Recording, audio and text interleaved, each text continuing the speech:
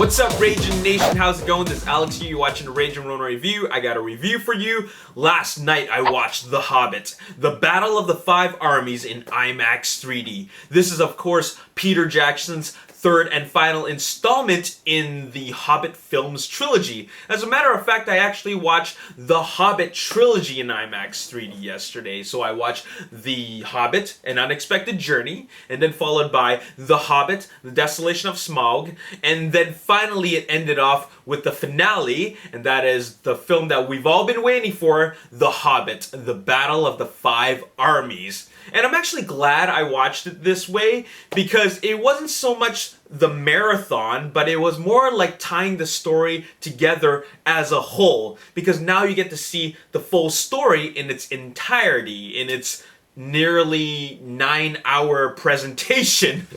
But I think it was great for me to watch it this way. That way I got a reminder of all the events that happened that lead up to its climactic battle, climactic finale. So you consider it as a first, second, and third act. Now we're watching the third act. But at the end of the day, it is just one big story, because it is based off of only one book as opposed to 3 books. Anyways, with this review, I'm only going to be reviewing the Battle of the Five Armies installment. So I'm not going to be reviewing it as how it connects with the other films. I'm just going to be reviewing it as a single film. Alright, so first off, I want to start off by saying that I really like how this movie starts off. It starts off exactly where the second one left off. The second one left off with a bit of a cliffhanger. Well, this one just brings us right into the battle. And this is great, or rather not a battle, but exactly what happens in the cliffhanging second movie.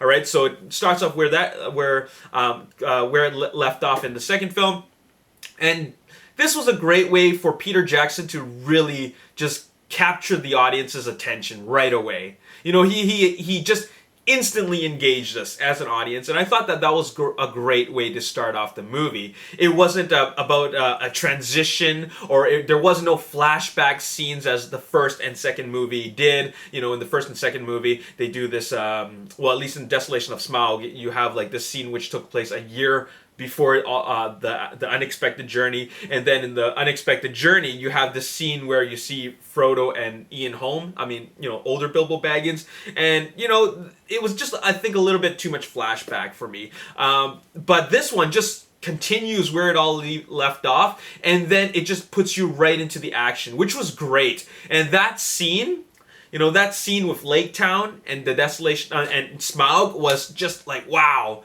That was a great sequence, okay? But anyways, I don't want to talk too much about that. What I want to talk about is this movie as with regards to the characters and the stories and the direction. Well, the characters are all back. And what I like about the characters is that we followed them from An Unexpected Journey to A Desolation of Smaug. We've been introduced to new characters, but what really makes this awesome is the characters that we've grown to love. These dwarves that at the beginning I didn't care for a whole lot for them, but then as we saw them more, and as the story progressed, as the adventure progressed, we got to fall in love with them more, and we get to really know their characters, their personalities. Now, there was a small handful that we didn't really get to know. They don't really speak a whole lot, but there's another handful, which is the other half of the dwarves, that we really, really got to know. And I thought that was great, that there was that development for these characters. It took like 3 films to get there, but still, we got to really get know these characters, and I thought that was great. And I thought all the characters really weren't anything, they didn't get like significantly better as the film progressed. I thought that we saw new things about them, but I gotta say that the star of the movie is, of course, the Hobbit, the title character. Martin Freeman playing Bilbo Baggins. Not only does he do a good job, but out of all the chaos that is going on with these bipolar, with Thorin and his bipolar attitude, and at one day he wants to choke you out, another day he wants to give you lots of praise. Out of all that's going on now, the craziness, Martin Freeman's performance as Bilbo Baggins is the one who keeps everything at bay. He's got a good head on his shoulders, and then I feel that even though he's unintentionally funny, he's a little bit clumsy and bumbling. He's still someone who is who stays calm and is rational, and he's like the voice of reason.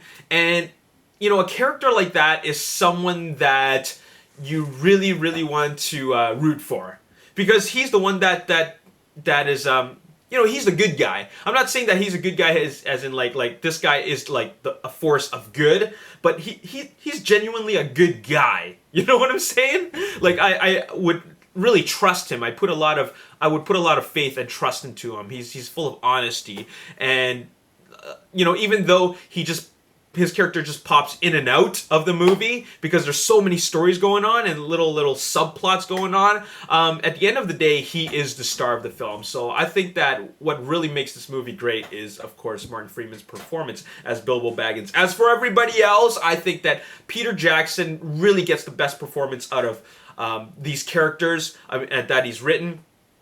Or Tolkien has written, rather. And I think everybody did a great job. Every single one of these characters needed to be there. And I think Peter Jackson did a great job with that in keeping everybody well balanced. Okay? Now, as for the story, this is where I think the movie falls a bit short. It's a bit weak here. And that is, you know, in An Unexpected Journey, we saw the beginning of a journey. Okay, this is the very, very beginning, of course, right? It's the first movie. But, you know, we're starting to see where this is going. But it was really just a teaser for a bigger adventure. In The Desolation of Smaug, we got to see some really, really exciting and fun developments in this bigger story. But now, number 3, I wouldn't even say that anything other than fighting is going on. This is just fighting. This is just armies clashing. And honestly speaking, the story is actually quite thin here. I don't think there's a really big underlying theme or a big a well plotted out story here. I think what it all comes down to is spectacle. And I actually personally believe Peter Jackson is a very, very good visual storyteller, as well as a very good story-driven storyteller. By saying that, I mean, like, he's very good at developing a story. But unfortunately, you got to remember that the Hobbit films as a trilogy only came from one book. Okay, this one book was it spanned over 3 long films. By the time they get to the finale, while I haven't read the book, I felt that they've run out of material. So what they had to do is they just needed to make it all about this giant climactic big conflict, which takes place in front of the Erebor, the dwarf home. Okay, and that's all it was. That it was just a big battle. Now, I love big battles. I thought Return of the King and The Two Towers was freaking awesome just because of the big battles, and they were just done in such a unique way. It was full of spectacle, but I feel that with the Battle of the Five Armies, either I had too much expectations, or I felt that Peter Jackson was going to outdo himself with this huge battle, a battle consisting of 5 armies. Unfortunately, I don't think he outdid himself. I think that this might have been the weakest battle out of the 3. I'm talking about Two Towers, Return of the King, and the Battle of the Five Armies. I thought that this might be the weakest battle, and a huge part of me feels that it's weak because it's basically what it appears like is battle for the sake of doing battle. Like, suddenly this army comes out of nowhere, and then suddenly this other army comes out of nowhere, and you're like, oh, who are these guys? You know what I'm saying? And then suddenly there's another army, and then what it all comes down to is all these different armies who you don't know who is who, just running at each other. And one thing that really made made the battles appear not as stimulating is not only do we not know who's fighting who, but there were no real tactics. Okay? In Two Towers, they introduced really dynamic tactics. In Return of the King, it wasn't just also about tactics, but it was tactics and layers.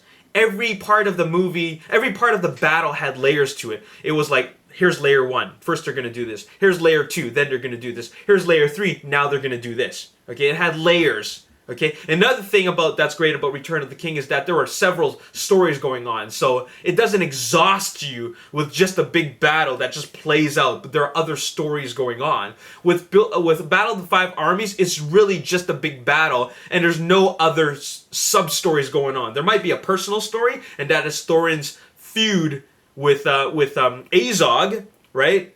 But other than that, there's not a whole lot of depth to it other than that. Okay, it's really just all about fighting. And I'll have to say that the one-on-one battles, as in the personal battles, was way more interesting and exciting to watch than the actual big battles themselves. Okay, the big battles is what I'm looking forward to, and I watched it. It was very it was cool to watch. A lot of cool visuals. And every time they introduce something new, I'm always like, what the hell, that's awesome. But then that's all it is. The introduction of this huge army, the introduction of these trolls is awesome, but then afterwards you don't really see a whole lot of that afterwards. It's just like swords, close-up shots of like ching ching ching ching, which is really cool. It's very well choreographed, but it's really nothing new. In fact, like I said, it's a step down from all the other great battles that we've seen from Peter Jackson, and I really feel that any of the action that we've seen it's only considered really good when we see the personal battles, okay, the one-on-one battles, or the battles where it's one guy taking on several orcs or trolls or goblins at the same time, all right, because it's, like I said, a personal battle. You're rooting for whoever this dwarf is who's trying to survive. Okay, so that's how I feel about this movie. Actually, I thought it was a great movie, but I thought that it didn't try hard enough to be good. It didn't try hard enough to be better. You know what I'm saying? So it is a good movie. It's not a bad movie in any way. I think Peter Jackson is actually a very great director, both in the visual sense and also in directing characters and also telling a story. But it's the fact that there wasn't much left to work with for a film, for a feature-length film, which is supposed to have a beginning, middle, and end. I feel like it's only like beginning and then battle. Okay, introduction with the Desolation of Smaug, and then battle, and then that's it. And then of course, there's a victor in the battle, right? But there's not a whole lot of depth to it. But I still think it's a great movie. In fact, I'm going to watch it again because I really want to experience Middle Earth again.